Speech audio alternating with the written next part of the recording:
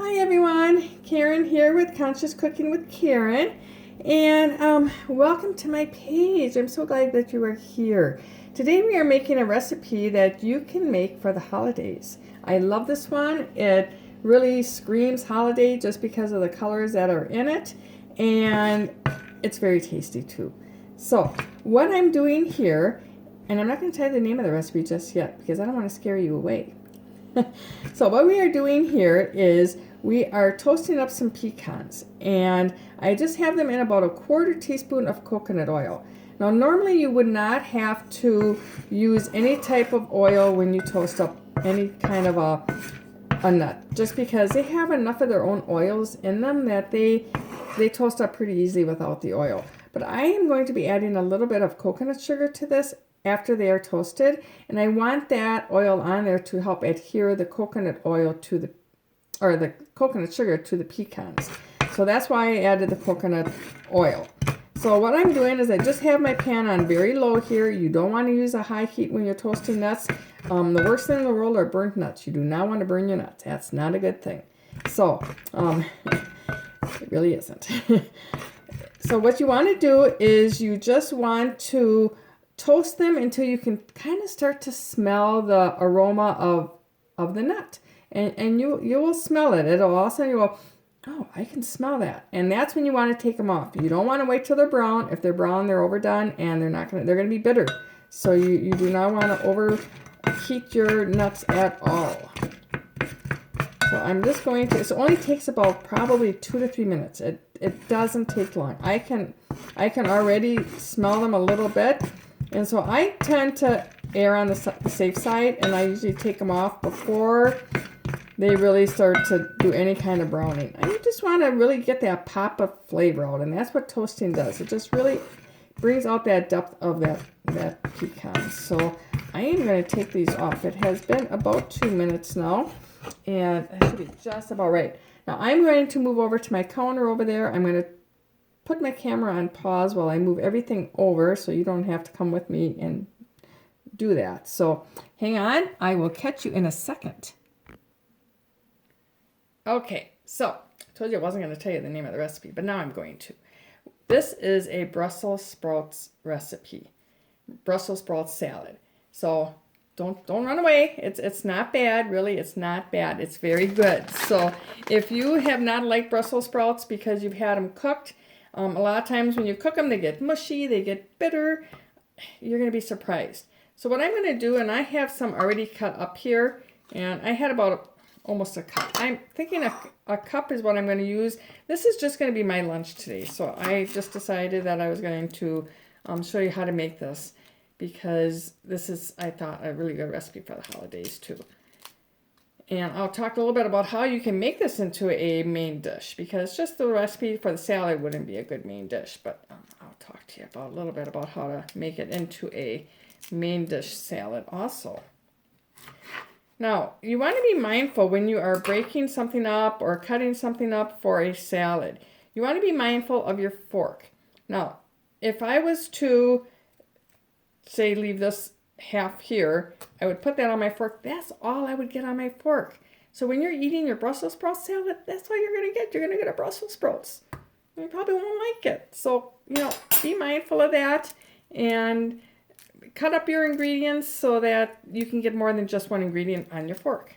So that is a good little tip when you are making a salad or any type of even like a casserole or a stew. Make sure you cut all your veggies up so that you can get more than one thing on your fork.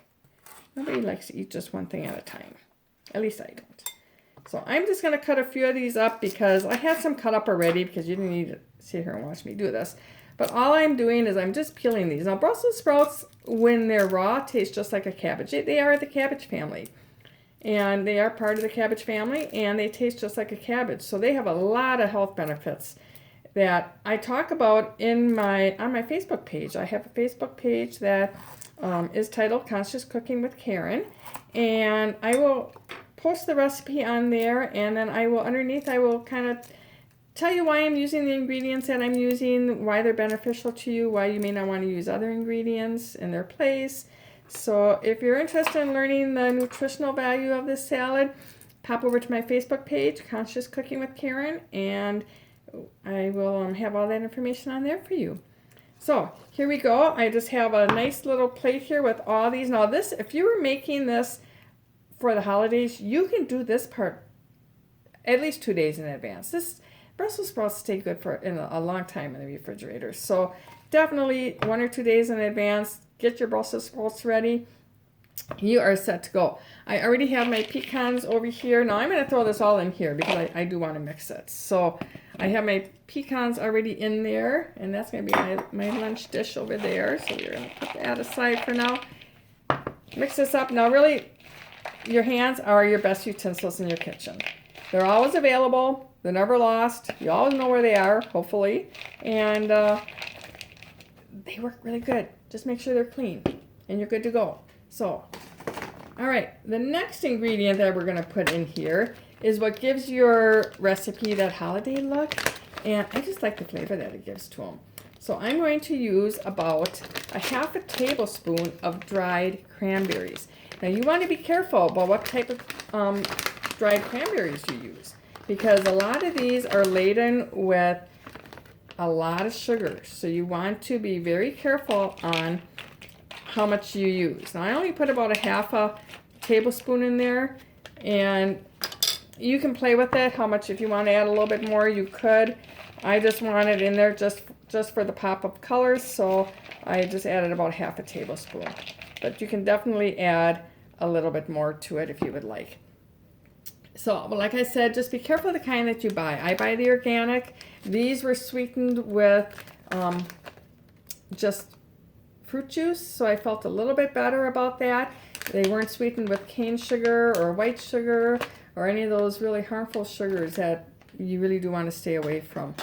Those type of sugars really cause a lot of inflammation in your body and a lot of disease in your body. So you want to stay away from any of your white sugars, your cane sugars, even if they say organic. Organic cane sugar is not good for you. So really, start reading those labels. That's important. So right now, this is all that's in the salad, and that's all that's really going in the salad. We have the Brussels sprouts, we have the pecans, and we have the cranberries, the dried cranberries. So I'm going to make a dressing because you do need a dressing for this. So I'm going to make a dressing for this. And once again, you want to use all clean ingredients. So I am using a half a tablespoon of grapeseed oil. That's a great oil to use because, look, maybe a little bit more than a half a tablespoon. It's just a very clean oil, and you don't want to use any type of canola oil or any type of vegetable oil.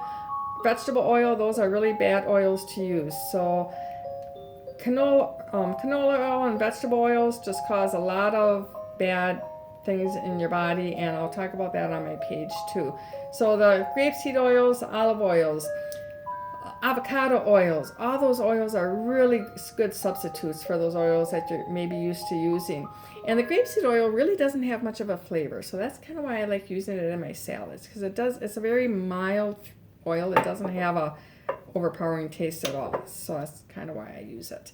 And then I'm going to be using, just for a little bit of sweetness, pure maple syrup. Now you don't want to use the pancake syrup, the one in the jar. You know which one I'm talking about, the one like has the lady, the lady bottle. You don't want to use that. You want to use pure maple syrup. So make sure it says 100% pure maple syrup. All those other ones are, if you read the ingredients, and they are just laden with sugar. So just a little bit of sweetness in here. You don't want a lot. And then we are going to use just a little bit of apple cider vinegar.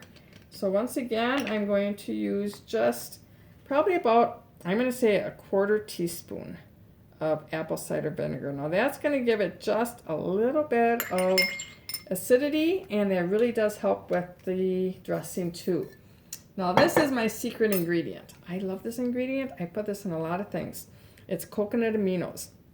Now you might think, okay, Karen, you're using coconut aminos, you're using coconut sugar, and you're using coconut oil. This recipe is going to taste like coconut. It really doesn't. Your coconut aminos do not taste like coconut at all, nor does your coconut sugar. It really doesn't taste like coconuts. So your coconut oil, I use the unrefined. That will have a little bit of coconut taste to it, but really not overpowering at all, because you don't use a lot. I use like a 1/4 teaspoon.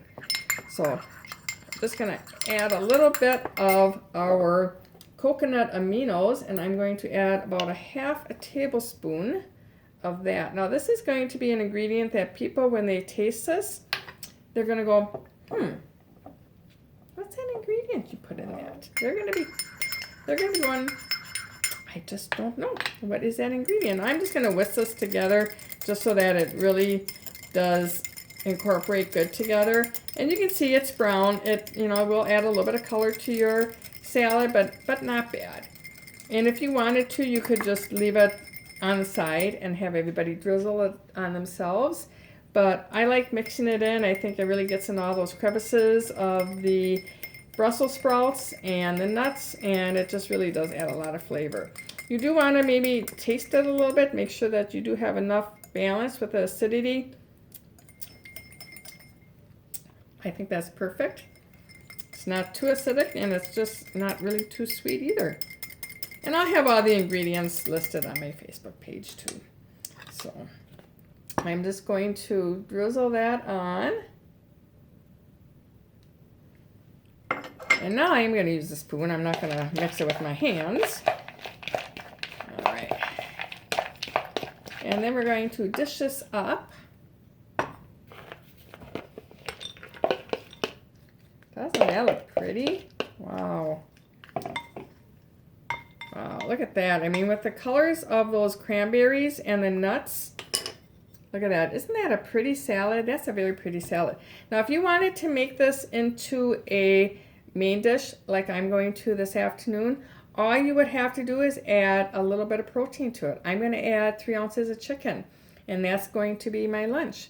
So there you are. I hope you give this a try for the holidays. I think your guests will be very surprised, and I think you will be surprised too. So thank you for joining me today, and I hope you join me again. Talk to you later, everyone. Bye-bye.